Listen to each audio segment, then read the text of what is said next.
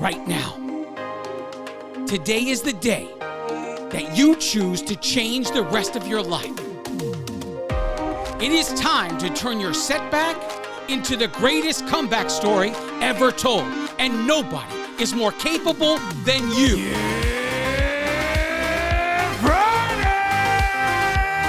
This is the Ranting Weight Watcher podcast, the future #1 weight loss podcast in the world. I am your host, Donato Russo. I hope you enjoy the show today. If this is your first time here and you enjoy the show, please subscribe and spread the word of the Ranting Weight Watcher podcast wherever you are and to whomever will listen. If you'd like to connect on social media or wherever else, check out my Linktree page, Linktree/the Ranting Weight Watcher. Let's connect today. Hello, everyone. Welcome to episode 108 of the Ranting Weight Watcher podcast. If this is your first time here, welcome to the show. I have so much planned to talk to you about today, so I'm not going to waste any time. Let's get into this. Journey updates. We are down this week. We are down 0.8. And so far for the month of September, that is also the result is 0.8 down. Total loss since January 2019 is 156.6 pounds. We are 18.4 pounds away from our current 175 milestone. And we are 43.4 pounds away from the 200-pound milestone. So now last week, I talked about that I was conducting an experiment this week. Now, if you didn't hear last week's episode, briefly, I'll go over it. I discovered that when I started training, I had less opportunity to eat.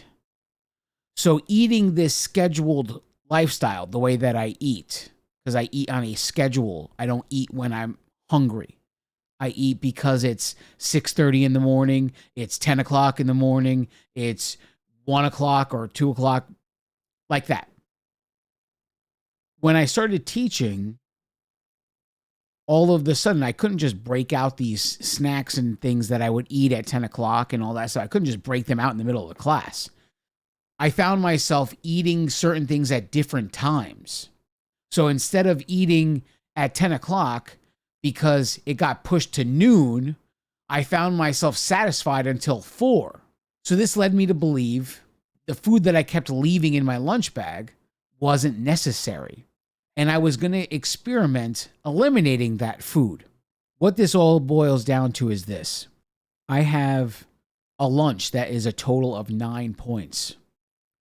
And because my second breakfast got pushed to noon, now the 9 points that I normally would take in for lunch, kind of unnecessary. So I decided to eliminate at minimum the sandwich, which was 5 points, but keep the fruit in my lunch bag just in case, so it was there. Now, just so you, in case you don't know, I chose to be on the diabetic plan of Weight Watchers because I knew that fruit would cause points. And I wanted to have some kind of measure of what I was taking in. So I chose to make myself diabetic on the Weight Watchers app, just in case you're new here and you don't know that. I'm only technically 2 days in here. So far, so good. I don't miss the sandwich. But I did eat the fruit. I gotta wonder, is there a possibility of also eliminating that fruit so I can get a total of 9 point savings? Now, do I need a 9 point savings? No, I don't. Do I even need to do this experiment? Again, no, I don't. What this new lifestyle of having to train everybody on a new system at work caused for me was the realization that maybe at this point in my journey, I don't need as much food, and maybe I don't need to schedule food the way I do. So that's why we're conducting the experiment. It's solely for that reason. We're going to keep it going, and I'm trying to decide when I should end this experiment. I'm probably going to go straight through at least to the end of training at this point. When I finish training everyone, I can stop there.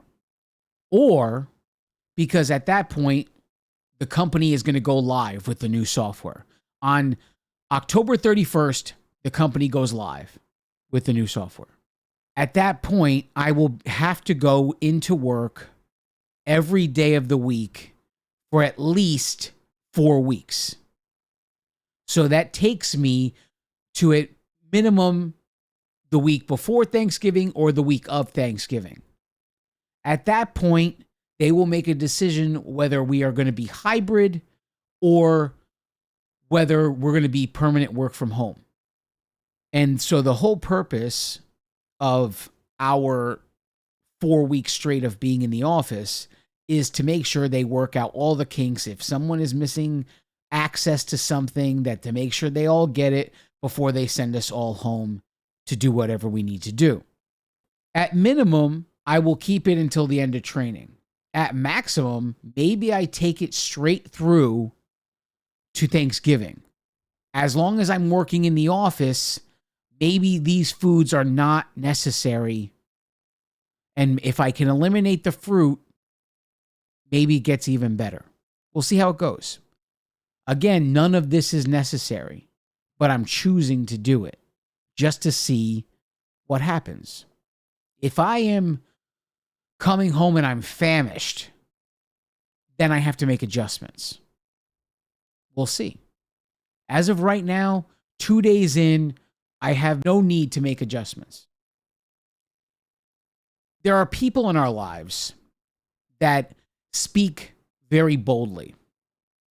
And they say things that they think are supposed to help us. But in actuality, it's just something that kind of sticks in your head. It never goes away. And people say things and they think they're saying it for your own good, but they literally have no idea what their words are. Am I at the point where these things still bother me? No, I am no longer at the point where these things still bother me. But that does not mean it's not a memory that happened. Now, before we start our journey, people out of nowhere think they're doing the right thing. They say something like, "Do you think you should eat that?" They don't really understand what that does to someone when you ask a question like that, especially if it's in a public situation, you're saying it in front of other people. Even if it's one-on-one, something like that sticks with somebody. Sometimes they say stuff like, "Oh, you'll meet someone if you would just lose the weight." The whole idea that health and beauty are connected is, in my mind, is ludicrous. Health and beauty are two separate things. If they were actually connected, then saying this would be a fact, that all healthy people would be beautiful and all unhealthy people would be ugly. And I know, as well as all of you know, that that's not the truth. So that alone, I can say health and beauty are not connected. You could be unhealthy and be beautiful. You could be perfectly healthy and be immensely ugly. It's just the way it is. And so when you have people say something like, "You'll meet someone if you'll just lose weight," it's enough to make you insane. And it puts someone in the mindset with, well, why can't people just accept me for me? And look, there's nothing wrong with having that mentality. Except if you look in the mirror and you accept you for you, and you're perfectly comfortable in your own skin and you love yourself completely and you have zero complaints, then you can say, why can't anyone accept me for me? But if you can't say any of those things, if you don't accept yourself, then why should anybody else? It's as simple as that. Sometimes some real gems in the world say something like, what a shame. You have such a pretty face. And they have no idea of the damage. And it's lasting damage because you'll go on for God knows how long thinking about something like this. You'll go on for, depending on how long you stay in this journey. Now, there's going to be ebbs and flows, and there's going to be people that start and quit and start and quit and start and quit. I'm not even talking about those people. I'm talking to people that stay steady and never quit and make it to the point like me. Here I am 3 years in. I'm about to be 4. This coming January 2023, I'll be 4 years in. You get comments that are like that and they stick with you. And now if the person that also said this comment one day calls you skinny, oh, look how skinny you got, you automatically reject that because you remember the day they said, what a shame. You have such a pretty face. You can carry your weight well because you're so tall. You dress nice for someone your size. It simply does not end. And it doesn't even end when you start to find success. You could be years in and 100 pounds down, 200 pounds down, whatever it is. And now maybe you're hearing something like, oh my God, you used to be so fat. Look at you now. You were pretty before, but now you're beautiful. It's simply ridiculous. Simply ridiculous. You were pretty before, but now you're beautiful. Really, what's changed? For some people, beauty just means being more confident. If everyone can suddenly manufacture confidence, you would naturally become beautiful to other people because people see confidence and they're attracted to it. These things are easy to say and very hard to do. I know this. But I also know of the few people in the world who are in the position we are all in, who actually do have confidence. I see that their lives are much different than the people that don't.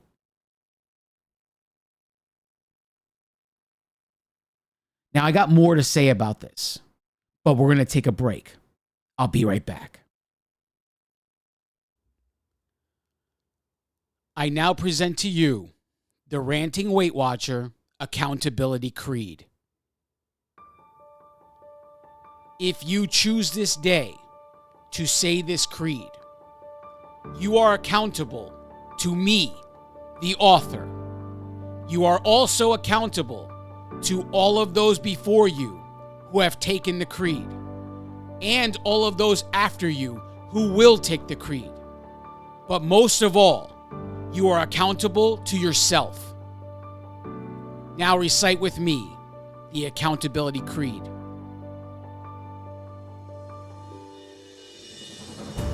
Nothing can stand in my way because I choose to be unstoppable.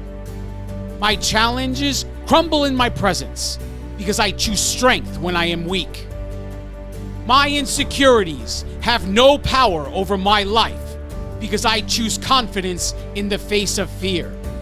I own every last one of my mistakes because I choose growth over mediocrity. The mirror and the scale are powerless because I move forward in spite of the result. Circumstances are not obstacles because I see solutions instead of problems. The demons of my past can no longer torment me because I choose to renew my mind daily. All things are possible as long as I believe, because if God is for me, who can be against me? This is the creed I declare each day. It is about what I do, not what I say. I will learn the work that needs to be done. I will never stop, even when I've won. I will work consistently, no matter the cost. I refuse to believe that all hope is lost. I will work when I want to. I will work when I don't. I will work when they are cheering. I will work when they won't. I will work when it's easy. I will work when it's hard. The atonements that I've made are made with no regard. I will work when it's cold. I will work when it's hot, because choices have consequences, justified or not. When I think I know it all, I will start back at one, because regardless of what I think, the work is never done.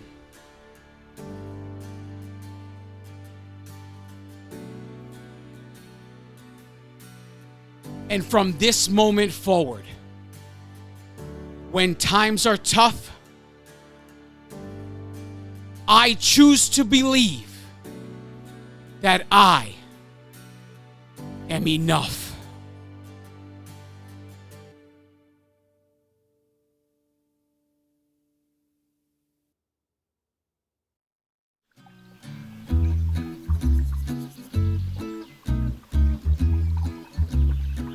And now it's time for Random Facts You Didn't Know You Needed to Know with the Ranting Weight Watcher.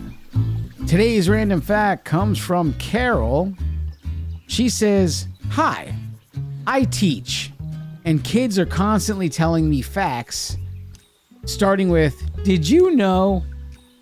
Here are some weird but true facts that I think you and the podcast will love.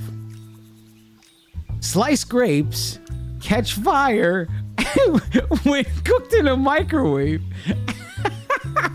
Who?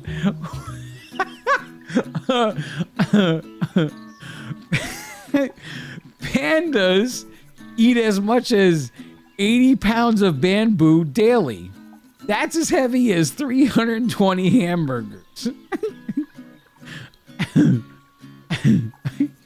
More than half of the world's geysers are in Yellowstone Park in Wyoming. If the president's faces on Mount Rushmore had bodies, they would stand 46 stories tall. A hamster can run up to 5 miles a night on the wheel in its cage. And so now you know some useless but super fun facts. Carol." Oh man, this is a great one because it's from little kids. And you know, they come up with the best stuff. Sliced grapes catch fire when cooked. I mean, who's putting grapes in a microwave? Why would you even do that? Oh, Jesus. Oh, man. But there is something else I want to talk to you guys about. So recently, I had been having some pain in the right hip, knee, and foot. So I figured, okay, did some analysis. I bought my last pair of sneakers back in last December. So we're talking about, here we are in September, and they probably need to be replaced at this point. So I start doing some research. Do I really want to get the same model that I have been getting for the last two? Which is the Glycerin. The Brooks Glycerin model is what I had bought the last 2 times I bought sneakers. But I also bought a different pair because I wanted to try them out in the process. And I would wear that pair and as I went around town. So not necessarily for exercise. And that's called the Brooks Adrenaline. I found out something because I was considering sticking with the Glycerin or buying an Adrenaline pair that would I would actually work out with rather than just use it to get around town. So here's what I found out about these Brooks models, which I didn't know. Brooks Adrenaline shoes are made for people who pronate. If you have wide feet but supinate, it can cause foot problems. It could cause foot pain and problems. The Ghost and Glycerin models are made for people who supinate. The support for these shoes are just different. So I looked up what is pronation and supination. And I got this article on healthline.com, and it's called What is the Difference Between Supination and Pronation? Supination and pronation are terms used to describe the up or down orientation of your hand, arm, or foot. When your palm or forearm faces up, it's supinated. When your palm or forearm faces down, it's pronated. When supination and pronation refer to your feet, it's a little more complicated. Both are terms that involve your gait and how your weight is distributed as you walk or run. Supination means that when you walk, your weight tends to be more on the outside of your foot. Pronation means that when you walk, your weight tends to be more on the inside of your foot. Now, here's the funny thing about this. When I was 400 pounds, it was obvious that I had supination because every pair of shoes, regardless of what kind of shoes, regardless of the brand, whatever it was, I destroyed them. And it looked like I was walking on the outer edges of my feet. Every single pair of shoes I had looked like that. If you looked at them, it was obvious I was walking with the side of the shoe, not with the bottom of the shoe. But here I am now, 156 pounds lighter. And I discovered that now that I've dropped this kind of weight, I'm now pronating. So my ankles are turned inward. And when I decided to buy the Adrenaline pair of sneakers, I didn't realize this, but I was buying the pair that corrects pronation. So I put them on and I went for my first walk. I came back, and that afternoon I felt such pain, such incredible pain. And I was going, whoa, what the hell's going on? And right away in my head, I don't want to acknowledge it, but listen, I decided to choose the Adrenaline over the Glycerin. The Glycerin had made me feel comfortable the last 2 times I bought it. Why did I have to make a change? Anyway, I had gone the next couple of days after that, and the pain was remaining, kept coming. And then all of a sudden, I start mentioning the pain, and my wife found this information about pronation versus supination. And then when I heard these terms that I never heard before, I decided to look further and then discovered that these models of Glycerin are made for specific purposes. And, you know, when I first got into exercise, I didn't think that sneakers mattered. And so the first time I brought a pair of Brooks, it was my first delving into really spending good money on good sneakers that will help me exercise. So as much as it killed me, I coughed up, I believe it was $175 for my first pair of Glycerin. And then, but all of a sudden, my knee pain was just gone. I had such incredible knee pain, so bad that I was pursuing the idea of knee replacement at 44 years old. I bought the Glycerin model. It helped me out greatly. The pain was still there.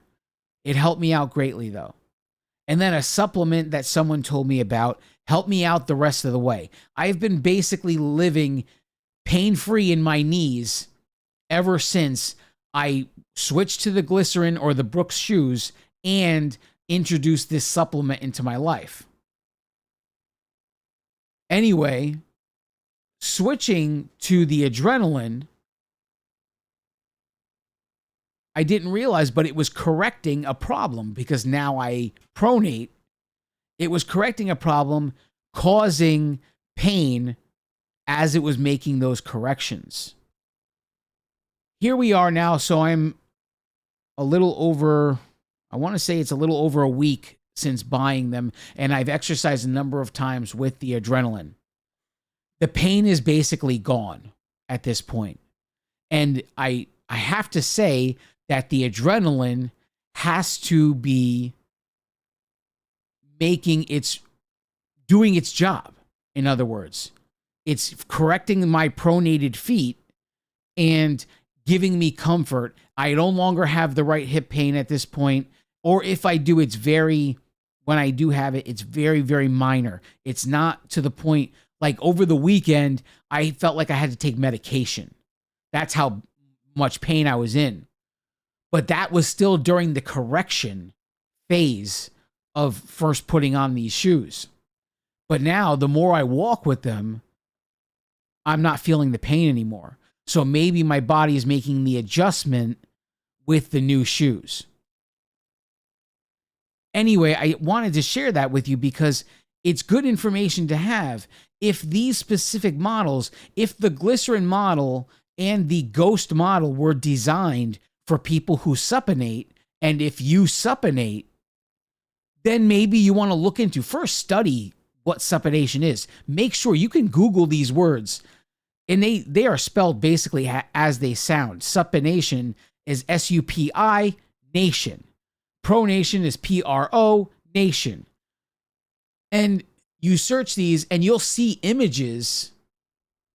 You know, Google Images will show you what a supinated foot looks like and what a pronated foot looks like. And if you analyze your feet in the mirror, you'll be able to see what you have. And if you need the ghost or the glycerin because you're supinated, you can go with the ghost or the glycerin. But buy the sneakers that are required to help fix your problem rather than the ones that work for other people. And it's so crazy that I didn't know this about the Brooks models, but now I'm so happy I do now because of this correction that's happened in my foot, because I went from supination and having dropped 156 pounds to really being pronated at this point, that I'm now correcting it and feel a lot less pain now than I ever did before. And it's just, it's a wonderful feeling. I got way off topic there, but I wanted you guys to know that information. So we're going to jump back in. In previous episodes, I talk about how getting comfortable and being in that comfort zone is a very dangerous place to be in. And, you know, because you get confident, overly confident sometimes, and you start making choices you wouldn't make, and you start living in this celebration phase, and it can cause your journey to go all kinds of directions. But the comfort zone is a two-edged sword, right? Because these people that I spoke about in the first half of the show that speak so boldly in our lives, they feel even more comfortable because we have been listening to them tell us these things. So now we went from how they talk to us before we start our journey. And then I went into a little bit of how they talk about us, or how they talk to us once we find some success, some real success. So now I'm going to talk to you about when our success starts to make them feel uncomfortable. And these same bold people start talking very differently. And if you get to this level of success where you're lost some tremendous amounts of weight, I guess in reality, it doesn't really matter how much, because everybody hits a certain point where the people in their lives start saying these things. And so whatever that number is on the scale, once these people start saying those things, you know this is the point you're at. And the point is that your success has now made them uncomfortable. So their voices, their bold speaking, makes them say things like, your face is too skinny. You look drawn. You should stop now. You're really starting to look old. How much more could you possibly want to lose? You're so crazy. You know, you look better when you carry a little extra weight. Listen to me when I'm talking to you. These words go a lot deeper than what I started out with. Because they come from a place that no matter who says it, they'll all come up with a rationalized reason of why they say it. Okay? But here's the real reason why they say stuff like this. They say it because your success causes conviction in their life. It's as simple as that. Listen, it's that simple. I don't care how much these people love you. I don't care who they are to you. I don't care if it's your spouse, your best friends of 40 and 50 years. I don't care. I don't care if it's your kids. Comments like this come from them being uncomfortable with the success. It's okay to be successful, but just not that successful that it makes me realize how unsuccessful I am. You may think I'm crazy. I don't care. It doesn't change the truth of what I just said. Especially if these people in your life are also on the Weight Watchers. If they're on the same weight loss program you're on and you're showing success, tremendous amounts of it, and they are not, first of all, you put the lie to everything they say. It's as simple as that. Your existence puts the lie to everything they say to other people in their lives. So let's say your best friend of 50 years is also on. You guys decided to go in this together. We're going to do it. We're going to be each other's support, blah, blah, blah, blah, blah. And you are the one that finds crazy success. And your partner has decided they're not all in like you decided. I've said it before. If you do things half-assed, you get half-assed results. If you don't do things at all the way you're supposed to do them, you don't get any results. Even if you do everything perfectly, you're not guaranteed results. So it's better to be on the good side and not getting the results than it is to be not doing anything and not getting results. Now, with that being said, when you are doing this with a friend and that friend goes home and their spouse sees your success and their spouse also sees what goes on at home when you're not there to see what your friend is actually doing, that's creating the lack of success. In your friend's life, you are now putting the truth to their lie. And that makes them feel convicted. And not only that everybody in their life that you may know, like a spouse, can see without a doubt that there's a lie in place here. So that's when you start to hear things like, your face is too skinny, you look drawn. You should stop now, you're starting to look old. I mean, really? Okay, how about this? How about if you don't get to the point where you're healthy, you don't have to worry about ever getting old? Because that's the real truth. The real truth is, if you're not worried about getting healthy and you just want me to stop getting healthy, you don't ever have to worry about getting old. You will rest assured that you will stay young for the rest of your life, regardless of how short that may be. But whether I look old or whether I look young, regardless of that, my health will be. Listen, if I'm 80 years old and I'm pumping iron like The Rock, I don't care how old I am. That number is just a number. We have to be very careful with these people. Because what's our reality here? In the world of weight loss, in the world of business, basically in the world, period, the most successful people, the 2% of the world that actually achieve levels of success that everybody dreams of, they are the ones that get it.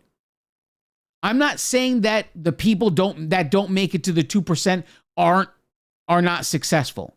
I'm saying that the people that do make it to the 2% are the most successful. Okay? Now, whether the 2% of the people in the business world or that's the 2% of the people in the fitness world does not matter. The rules apply the same way. People want the success of the people they see at the 2% club. But they don't want to do 98% of the work that it takes to get there. They just want it to be handed to them. That's the bottom line. And the people like you that have found some sort of success, if you allow people like that who say, you're crazy, you look better with extra weight.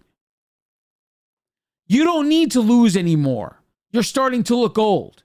If we let these people influence us, they will make sure we never make it to the 2%. And this is where you have to be very careful with how much time you invest doing what it is you're doing. This fitness life that we're all trying to live. When you have people like that in your life, the less you talk to them about it, the better off you will be.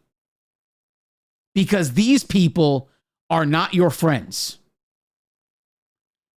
This might strike a bad chord with you. I don't care. It doesn't mean what I'm saying is less true. So here's the bottom line. I'm not on this planet for making friends. As far as I'm concerned, when Jesus Christ walked the face of this earth, he did not receive universal acceptance. In fact, they hated him. So if he didn't receive universal acceptance, why should I? Who am I that I should expect universal acceptance? I'm here for this purpose. I am here to become the best possible version of myself. And if I can help you get to become the best possible version of you while I'm here, then I'm sticking my hand out. And it's up to you to grab it and walk with me. But I'm not doing your work. You gotta do it. You gotta pull your own weight. Nobody can do this for you. I can bring you to the water. I can bring you to the promised land. I can tell you these are the keys to success, but it's up to you to drink the water. It's up to you to walk into the gates of the promised land. And it's up to you to do the work necessary to achieve the success you want to achieve. everybody has a certain amount of work that they need to do to get to where they are supposed to be in this world. And only they can do it. So are you with me? My hand is out and I'm ready to pull you to the promised land, but you gotta come. You gotta come willingly, and you gotta be ready to fight. And you gotta stop worrying about everybody else and what they're gonna think of you. Because you gotta know this, you're gonna lose friends along the way. And the friends you're gonna lose, they were not your friends to begin with. So come, and you might as well be the best possible version of yourself while you're here. Because if they're not your friends anyway, who cares about them? Do what needs to be done, and you'll have what you've always wanted.